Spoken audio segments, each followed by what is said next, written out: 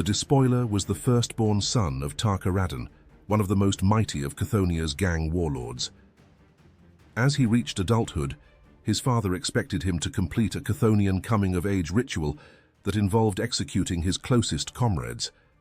Abaddon refused and expressed his disdain for kingship, instead slaying his father and his bodyguards. Though he lived in exile after that point, his massive build and natural ferocity saw him grow to be a legend amongst his people. Before long, the vicious young warrior came to the attention of the Lunar Wolves. Saved from death after an ambush from a rival gang, Abaddon was confronted by Hastur Sejanus and Sirakul. Abaddon expressed that he never had any desire to be a king, and was subsequently accepted into the Lunar Wolves and converted into a space marine on Luna. After his completion as an Astartes, he was confronted by Horus and pledged service, being given a coin by the Primarch. During the Great Crusade, Ezekiel Abaddon rose to the prestigious post of First Captain. He loved and worshipped Horus as a father. Extremely proud and quick to anger, Abaddon's martial record was unsurpassed by that of any other lunar wolf. Bellicose by temperament, Abaddon was usually the most hawkish of the War Master's advisors. During the final years of the Crusade, Abaddon disagreed, sometimes violently, with Horus's decision to parley with the Interrex, a human civilization that allowed an alien species to coexist with them. During the Ulanor Crusade, Abaddon accompanied Horus and a detachment of Terminators from the First Company in a daring strike on the headquarters of the Orc war boss Urlak Urg. While the majority of the detachment held the entrance to the war boss's tower against hordes of greenskins, Horus confronted and slew the war boss. As the greenskin hordes fled in terror, Horus found every one of the Terminators had fallen, except for Abaddon, barely alive and buried under a mountain of orc bodies. In addition to his position as First Captain, Abaddon was also one of the 4 members of the Mournival, a special advisory council to the War Master since its inception. He took his position extremely seriously, but did enjoy sharing his sense of humor with his Mournival brothers. Abaddon eventually grew frustrated and angry at the Emperor's supposed abandonment of the Space Marine legions, feelings which swelled to the surface when Horus lay near to death on Davin. A member of the Warrior Lodge within the Sons of Horus, he went along with Erebus's plan to take the War Master to the Serpent Lodge for healing, beginning Abaddon's road to damnation. After Horus's recovery, Abaddon grew ever more protective of his Primarch and his legion's reputation, to the point where he saw remembrancer criticism and imperial investigation into legion activities as threats and insults that could not be borne. He therefore sanctioned the murder of Ignace Carcassy and the blaming of legion-caused civilian casualties upon Gavial Loken. This course of action was frustrated by the refusal of Tarik Torgadon to accede to the plan, and the Mournival Brotherhood was effectively broken as a result. Abaddon's thinking would prove to be in tune with that of his commander, who would eventually order not only the death of Carcassy, but also that of Loken. Seemingly destined to be in lockstep with the War Master, when Horus came to the Warrior Lodge of his legion to sway them into following him onto what would prove to be the path of heresy, Abaddon was amongst the first to swear his unquestioning loyalty. Abaddon was present at several of the major actions of the Horus heresy. During the purging of the Loyalist legionaries at Istvan III, Abaddon notably took to the field to attend the final meeting of what had once been the Mournival, at which he duelled with Gavial Loken. Though slightly wounded in the combat, Abaddon emerged the victor. Abaddon again duelled Loken on the Vengeful Spirit in the aftermath of the Battle of Molech, after the Knights-Errant attempted to assassinate Horus. During the Battle of Trisolian, Abaddon relished the massacre of his former comrade Bror Tyrfinger, and expressed shock when Horus, cleansed of some corruption by the Spear of Rus, expressed regret for how much blood had been spilled in his war. Subsequently, Abaddon was charged with hunting down and finishing off the wolves at the Battle of Yarant. However, the wolves ultimately escaped, thanks to the aid of Korax, and Abaddon returned to Horus's side during the muster at Ulanor. During the subsequent Solar War, Abaddon was given the important duty of capturing Luna from Loyalist forces. Commanding a fleet of Sons of Horus, word-bearers under Zardu Layak and Thousand Sons under Azek Ariman, Abaddon's forces initially clashed with the White Scars fleet under Jubal Khan.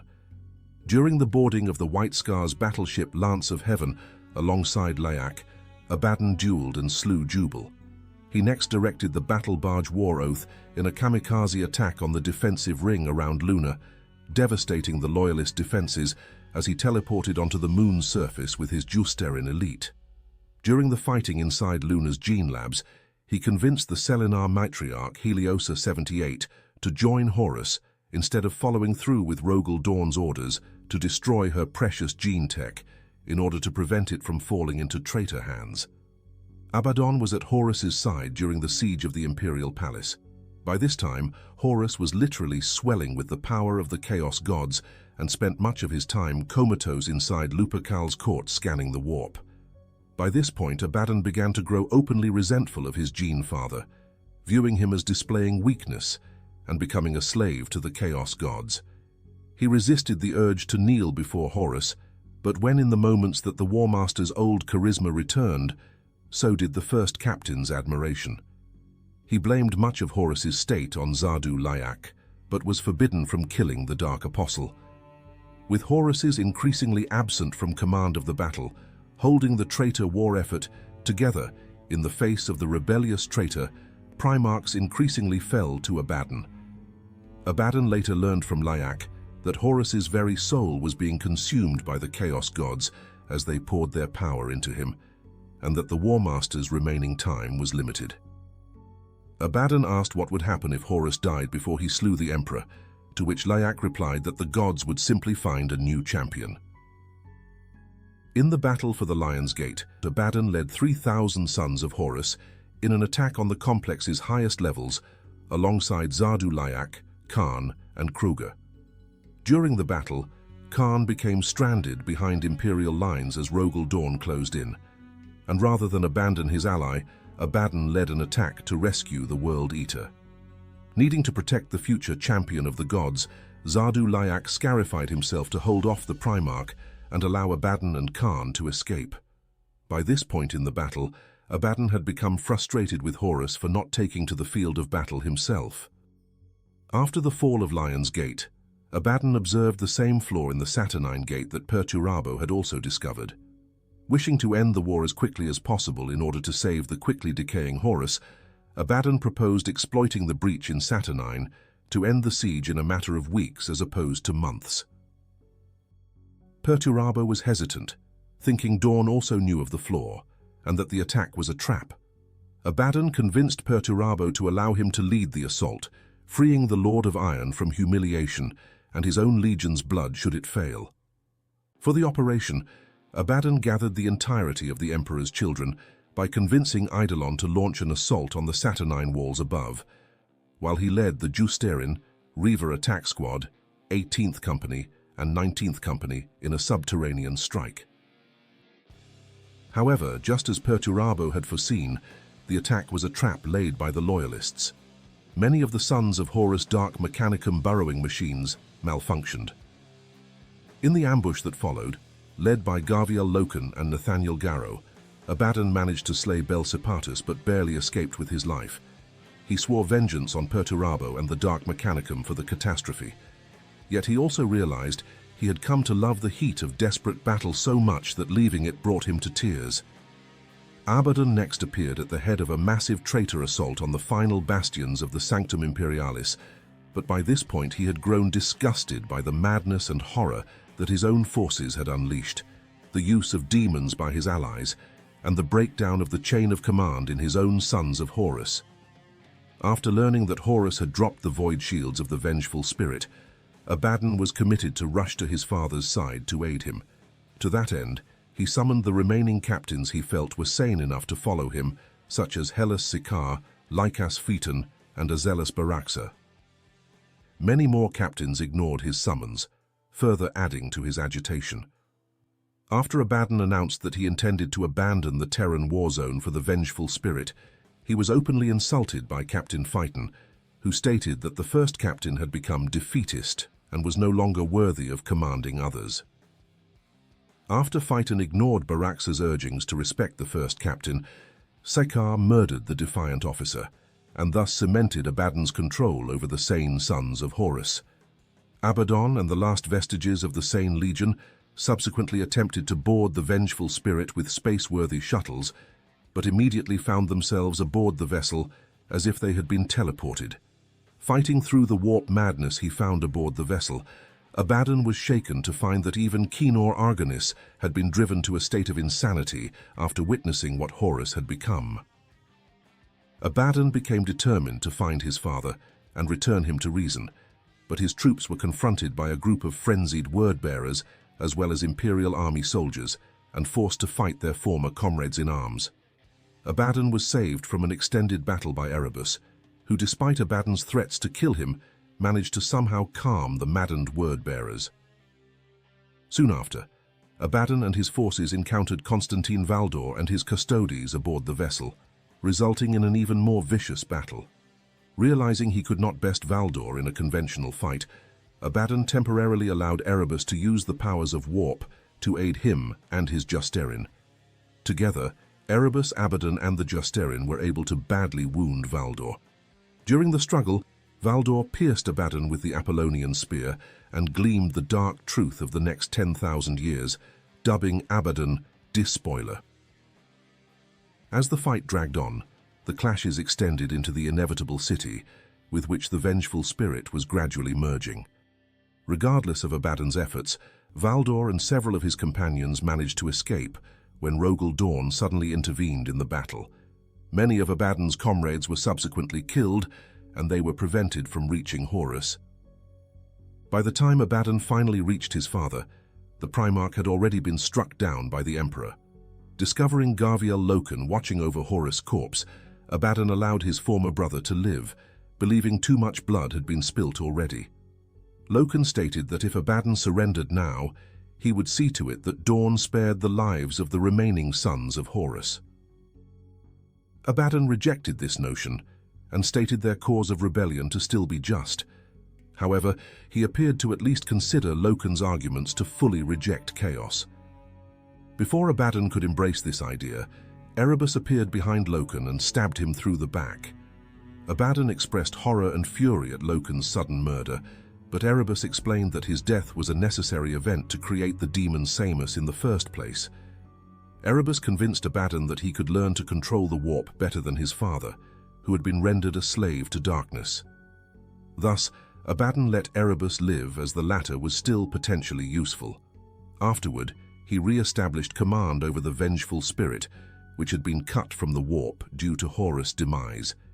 He then observed the retreat of the sons of Horus from Terra before ordering a retreat from the Sol system. The traitors eventually fled into the Eye of Terror. Shortly after the heresy, Abaddon abandoned the Legion. Broken by the death of Horus and sick of war, he wandered alone into the Eye of Terror. Meanwhile, within the Eye itself, civil war soon broke out amongst the traitor legions. Becoming embroiled in a war against the Emperor's children, the sons of Horus's fortress of Lupercalios on Malium was destroyed, and the Emperor's children stole the corpse of Warmaster Horus himself. Eventually, with the help of Fabius Bile, a number of clones of Horus were created, an act which disgusted the sons of Horus. With the sons of Horus in a desperate situation, warband leaders Falcus Kibre, Iskandar Kion, and Leovine Ukris decided to seek out the vengeful spirit and Abaddon with it. With the help of the word-bearers Sargon, they eventually found the vengeful spirit buried on the former Eldar world of Askjarl in the Eleusinian Vale deep within the Eye of Terror.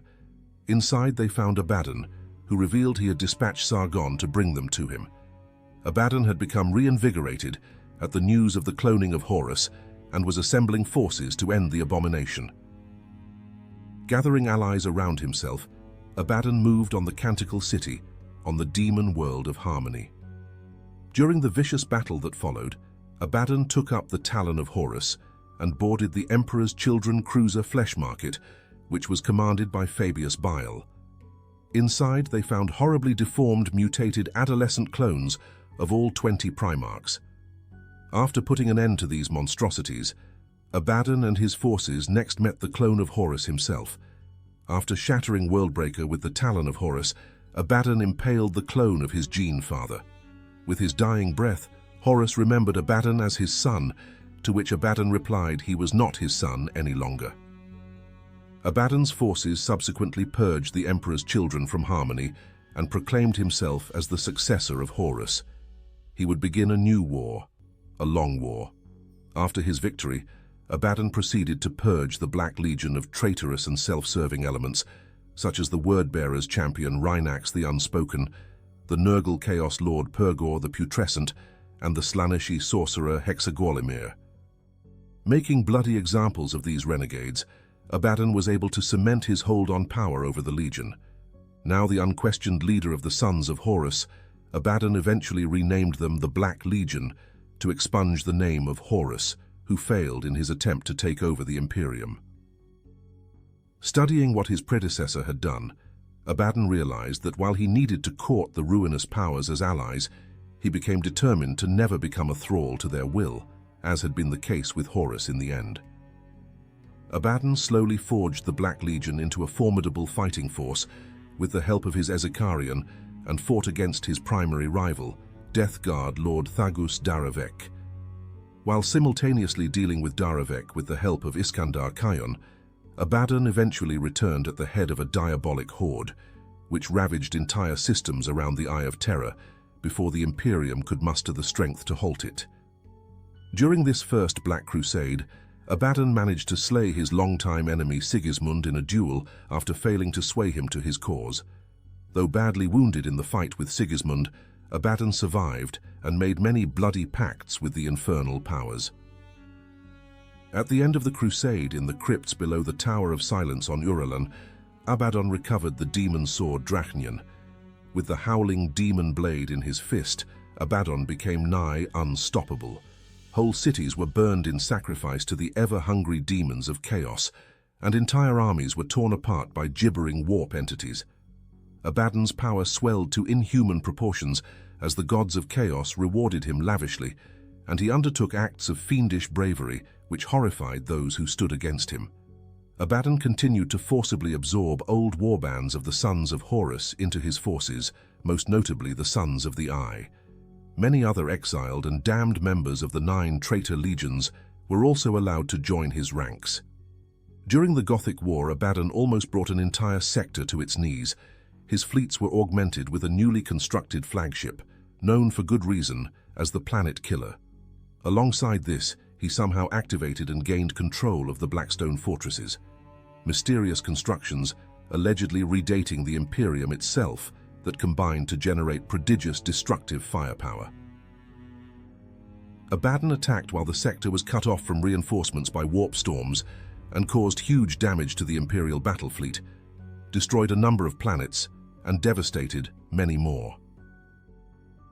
Only the intervention of the Eldar enabled Imperial forces to stop the Chaos Fleet. In his most recent assault, the 13th Black Crusade, Abaddon managed to gain a foothold in the Cadian Gate, planning to extend the Eye of Terror to encompass even Terra in a plan known as the Crimson Path. Abaddon's forces were able to gain a foothold on Cadia to the point where only a single Imperial bastion, Kasser Kraf, remained.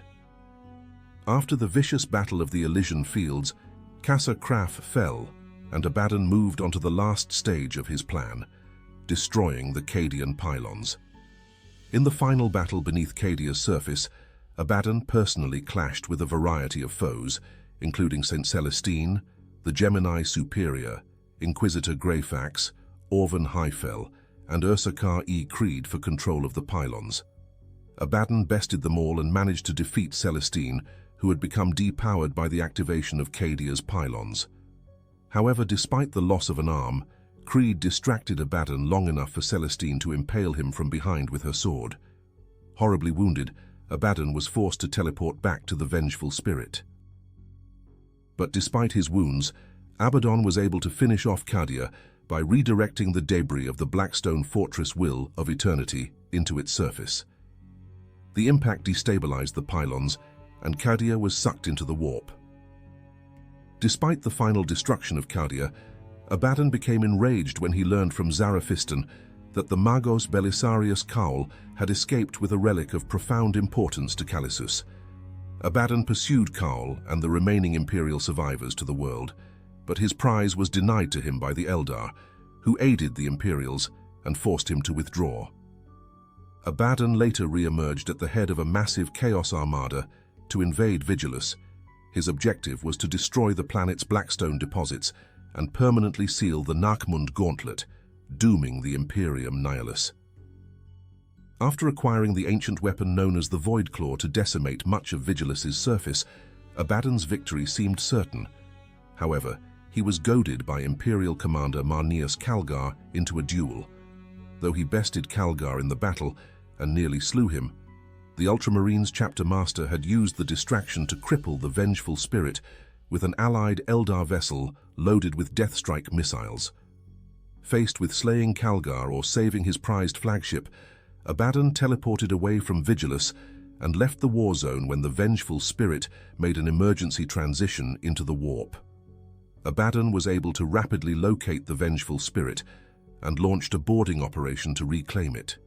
On board, he found hundreds of his own Chaos Space Marines who had lost contact with their War Master battling for supremacy. Abaddon then swept across the vessel, restoring order and slaying any who opposed his will. He then took his seat in Lupercal's court and planned his next move. Months later, as Abaddon oversaw continued repairs to the vengeful spirit, he was contacted by the demon Vashtor and entered into an alliance with the creature after learning of an ancient Old One's device known as the Weapon. Together, the two constructed great space Hulk weapons known as Arcs of Omen, beginning a new war across the galaxy in an effort to find the key fragments to the weapon. At the conclusion of the campaign aboard Vengeful Spirit, Abaddon directly led the Black Legion against Dark Angels and Unforgiven forces during the Battle of Idolatros. Though Imperial forces emerged largely militarily victorious and the Primarch Lionel Johnson returned, Vashtor succeeded in completing the key and now sought for the lock, the vault which held the weapon. Abaddon's story is far from over. With each Black Crusade, his influence spreads, threatening the very fabric of the Imperium. As the galaxy teeters on the brink, only time will tell if the Imperium can withstand his wrath or if Abaddon will finally succeed where Horus failed. If you enjoyed this deep dive into one of the most feared figures in Warhammer 40k, be sure to like, subscribe, and stay tuned for more explorations of the 41st Millennium's darkest legends. As always, your thoughts are welcome in the comments below. What part of Abaddon's story fascinates you the most?